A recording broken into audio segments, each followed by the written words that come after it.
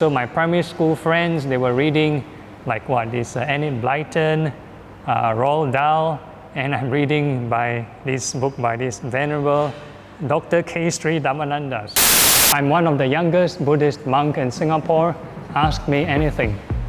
Hi, I'm Phra Goh Chun Kiang, 36 this year, a Buddhist monk residing at Afterlife Buddhist temple. So we wake up at 5 a.m. in the morning, we do our chanting at 6, followed by area cleaning at about 8:15. We go for our alms round at different coffee shops or food centers.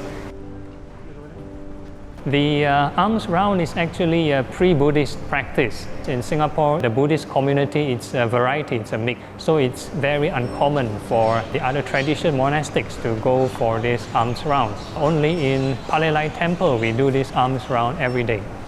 So in the morning, they actually prepare alms food for the monks, and they wait for the monks along the corridors for the monks to go for alms round, and they give food to the monks. We are supposed to accept any kind of food, whatever they give, be it meat or vegetarian, we have to accept. Yeah. Officially, monks only can have one set of 3 robes. So like this outer robe, we have one something like a sarong inside the lower robe, and one more outer robe, which is a bit like the winter wear. We cannot handle money. We can't even touch the money. Yeah? We have to treat the money like kryptonite. We can't even touch it. Yes, and the monk's alms bowl, right? The bowl where we go for alms round to collect our food, extra additional items or personal items, and they are supposed to be relinquished or shared with the sangha. That means the community of monastics. We do believe in afterlife. We have the concept of rebirth. It is said we have gone through many lifetimes, and there are 31 realms. So there are the heavenly realms, there are the demigods, human realm, hungry ghosts, animals, hell realms.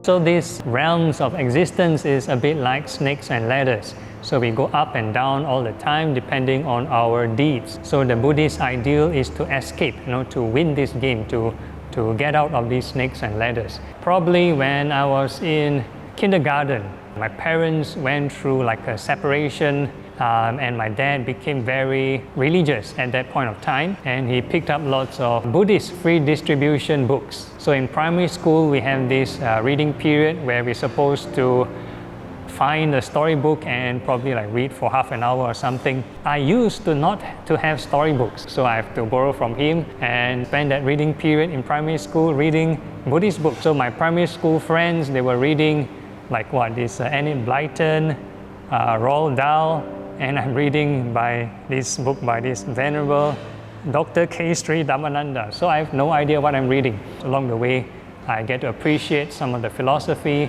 and kind of snowballed in secondary school due to the economic crisis. My dad's business wasn't doing well, and my parents were like quarreling, and it kind of made me question again on the society's propaganda on happiness. Do you need to have the 5 C's to be happy? Do you need to get a partner to be happy? So I was looking at home, I was thinking, okay, relationship, no, my parents not doing very well. Business, money-wise, my dad isn't doing very well in his business. So it kind of made me relook on finding the true source of happiness. When I was in Polytechnic, I joined the Buddhist Society, get to know different Buddhist organizations, and eventually became a monk. I would probably just follow my initial plan, to either become a policeman or a soldier.